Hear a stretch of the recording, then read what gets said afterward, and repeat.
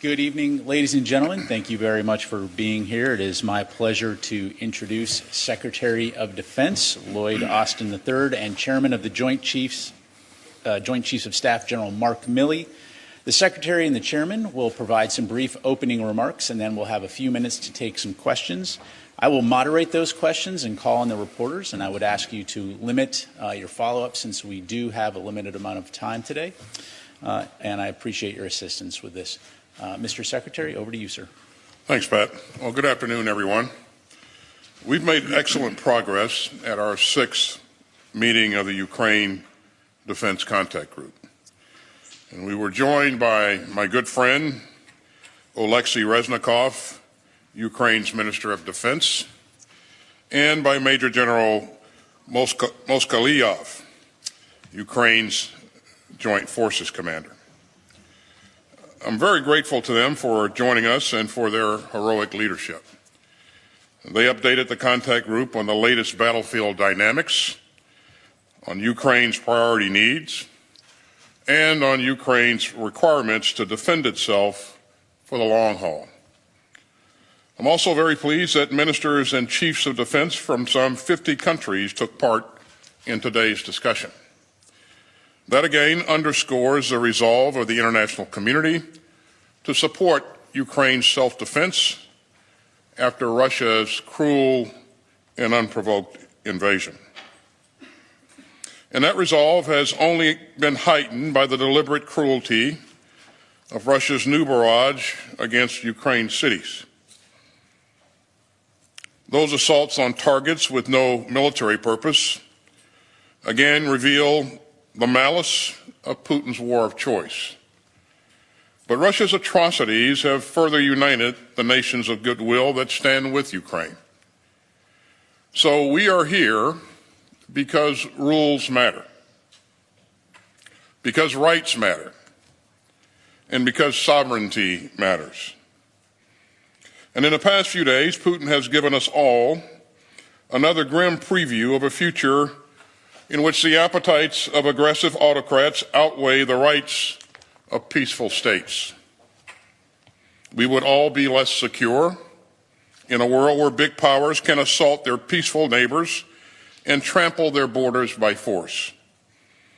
And the free citizens of Ukraine have an inalienable right to govern themselves and to choose their own future. These are bedrock principles, and they underpin the rules-based international order that makes us all more secure. This contact group will stay true to those values, regardless of the outcome of any individual battle, and we will not waver in our support for Ukraine's right to defend itself from Russia's imperial ambitions. Ukraine's forces have used systems like HIMARS to change the dynamics of the war that Putin started. And that's helped Ukrainian forces seize the initiative during their counteroffensive. So we'll continue to rush in the capabilities to help Ukraine in the current fight. And I commend the contact group members who have moved heaven and earth to get weapons and equipment into the hands of the Ukrainian forces. At the same time, our allies and partners are driving hard to sustain Ukraine's defenders for the long haul. As the conflict has evolved, the mission of this contact group has evolved as well. So today, the contact group underscored our shared commitment to keep on supplying Ukraine's defenders with the capability that they will need in the difficult weeks, months, and years ahead. We discussed ways to do even more to train Ukrainian forces who are making such impressive use of their new capabilities. And we pushed to galvanize our industrial bases to fire up production for the systems to defend Ukraine, even while meeting our own security needs. The leaders here built on the important progress from the September 28th meeting of our national armaments directors under the auspices of this contact group. Denmark and the UK shared updates on several Copenhagen conference initiatives, including the UK's International Donors Fund for pooling international funding for critical capabilities. And as we increase our long-term support for Ukraine, transparency and accountability remain crucial. At today's meeting, we discuss the accountability measures Ukraine is using to ensure that advanced weapons are fully tracked. We also discuss ways to work together to build on our momentum and to meet new challenges. We know that Ukraine still needs even more long-range fires and air defense systems and artillery systems, along with other crucial capabilities. And I'm grateful to our many allies and partners who have raced to meet Ukraine's self-defense needs, often pulling from their own stocks or purchasing capabilities from domestic industry. And let me especially commend Germany for its recent delivery of an Iris-T air defense system. This critical donation will help Ukraine better defend its civilians from Russian airstrikes. And Germany also recently announced that it will deliver more Mars rocket systems and howitzers. And all that shows long-term support for Ukraine's defenders. I want to also recognize several countries doing especially important work together to ramp up production on key systems and reinvigorate their industrial bases.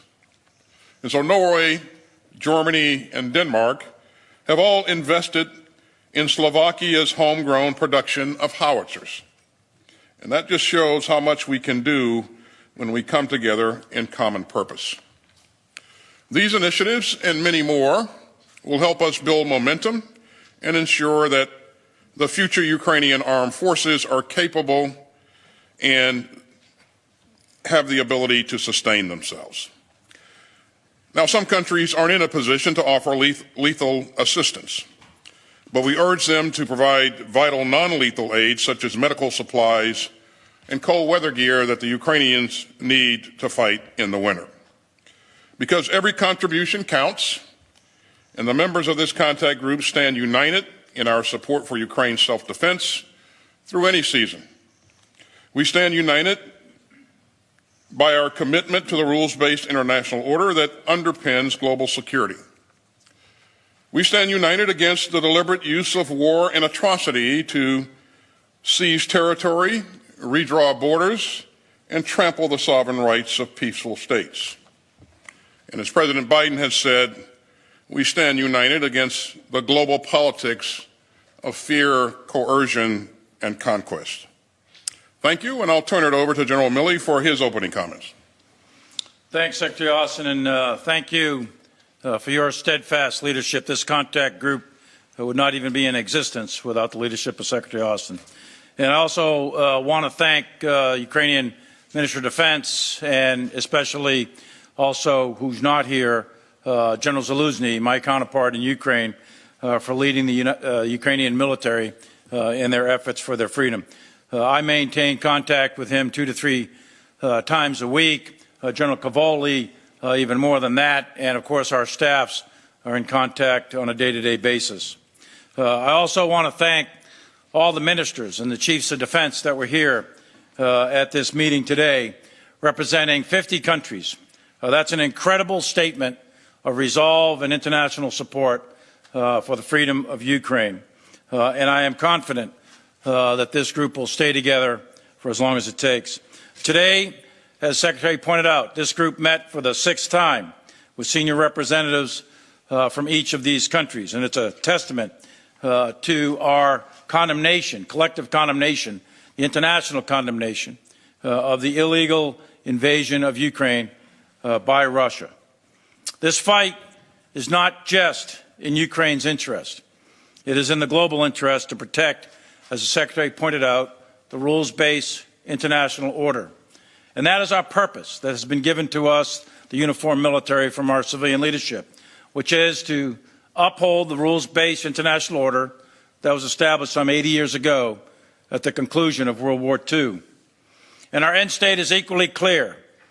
It is to ensure that Ukraine remains a free, independent, sovereign nation.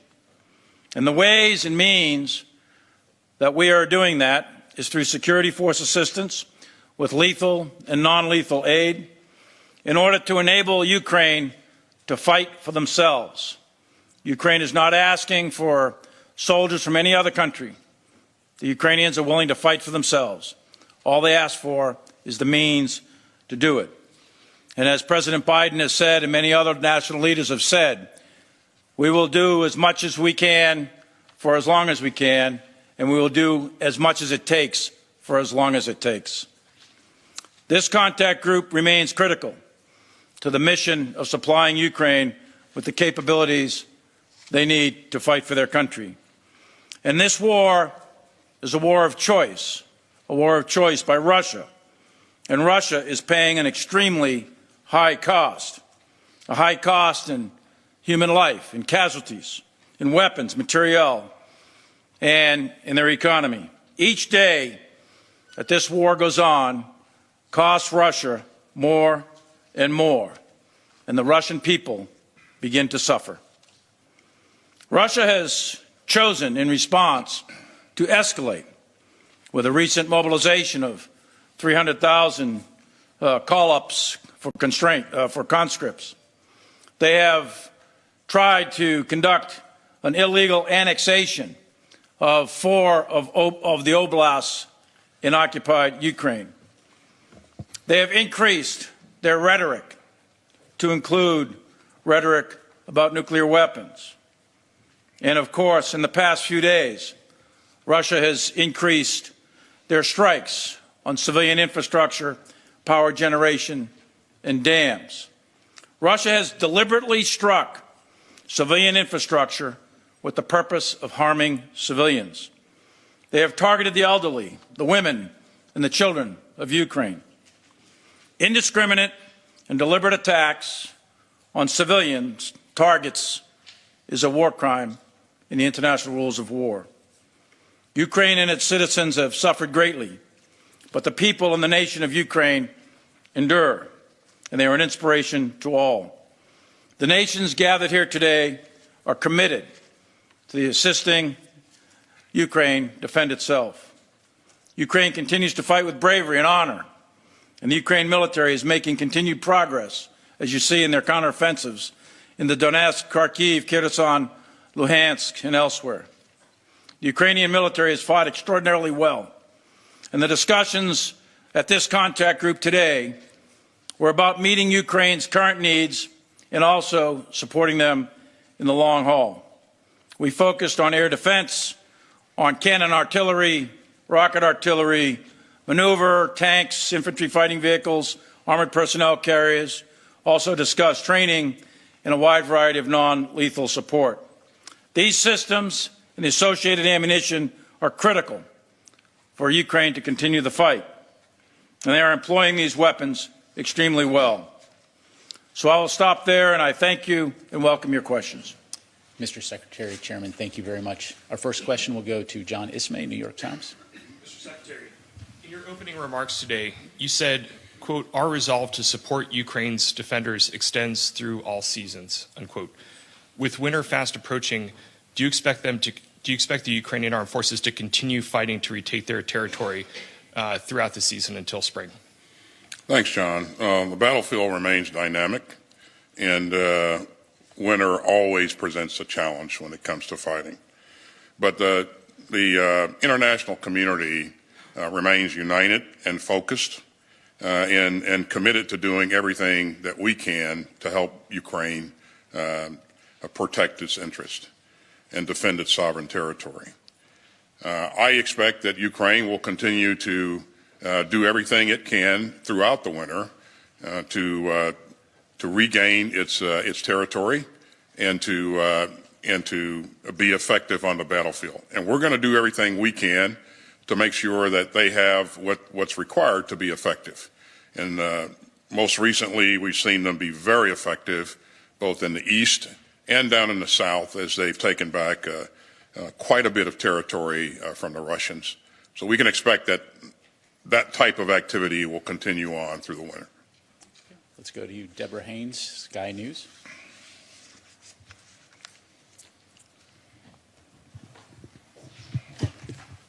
Thank you very much. A British spy chief this week said that Russia is running out of weapons. How concerned are you, though, about Western stockpiles and whether Western weapons could run out first, and specifically on air defence systems? Given the need from Ukraine, why are Western allies not sending these systems in faster? Is it because of a lack of political will or a lack of supplies? Well, it certainly is not a question of lack of will. The commitment, the resolve that the chairman and I witnessed in this contact group meeting today was inspiring, and that's what I told the members of the group.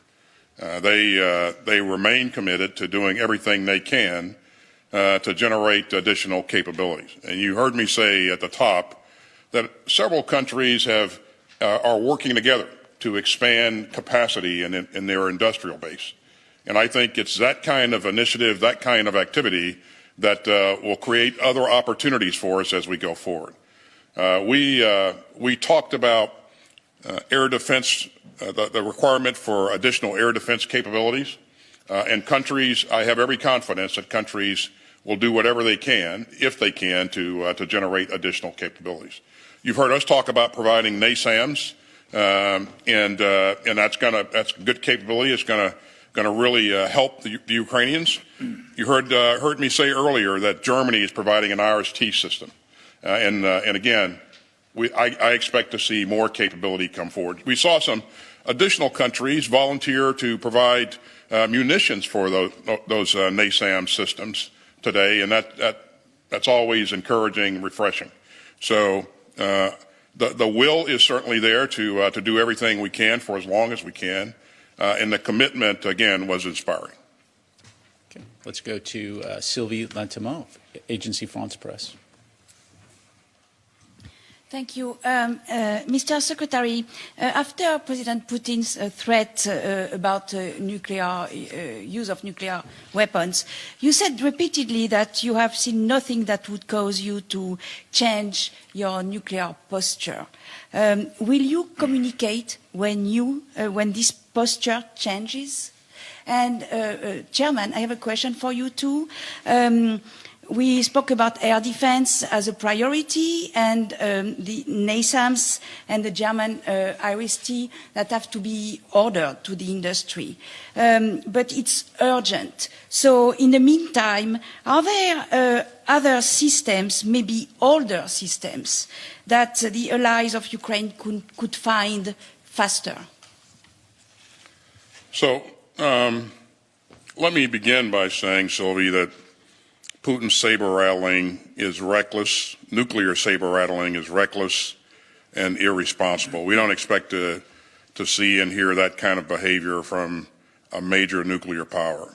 And so that's very dangerous, and you've heard a number of leaders around the world emphasize that. You should know, and I know you do, that we take this very seriously. And this is something that we remain focused on. And we continue to watch indications and any type of warning that he may have made a decision to go in a different direction. We've not seen any indicators at this point that would lead us to believe that.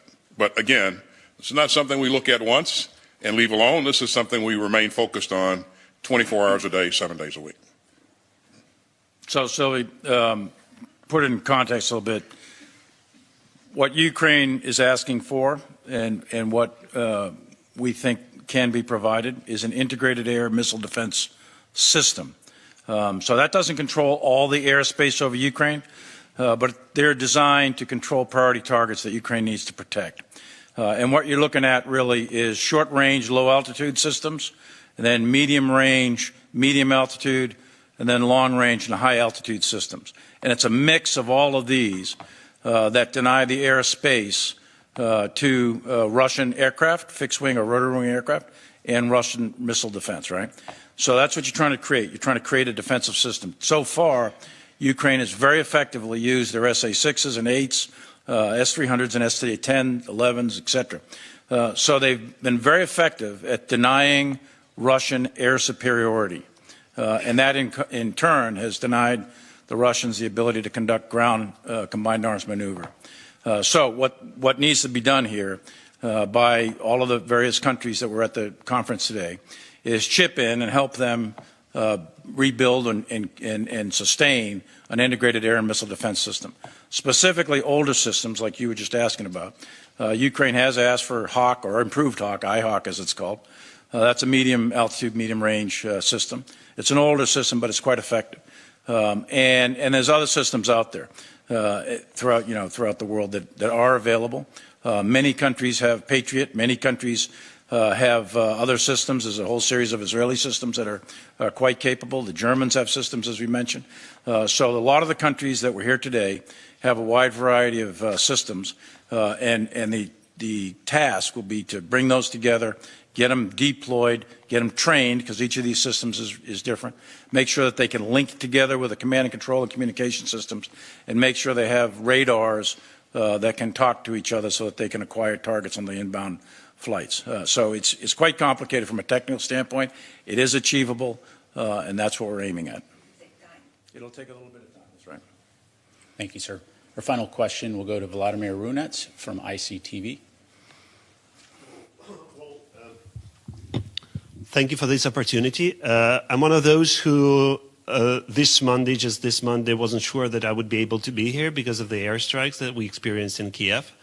And the question I'm going to ask is not mine. It's the people of Ukraine would like to ask you, when will they be able to just sleep well and not be afraid to leave their families behind and go on a trip like this? Because I'm here and I'm really anxious about what is happening to my family back home. So when are the systems going to be provided, and is there a possibility that the sky is going to be safe? The short answer to your question, sir, is the systems will be provided as fast as we can physically get them there. And this is something, as I said at the top, that we remain focused on. And we're going to provide systems that we have available, that countries like Germany has available. We're also going to try to provide additional munitions to the existing systems that the Ukrainian forces are using. As long as there's the conflict goes on, there will always be uncertainty. So it's very difficult to predict exactly when it's going to be safe to move about, move in and out of the country. And I know that you're concerned about your family. And you certainly that's understandable.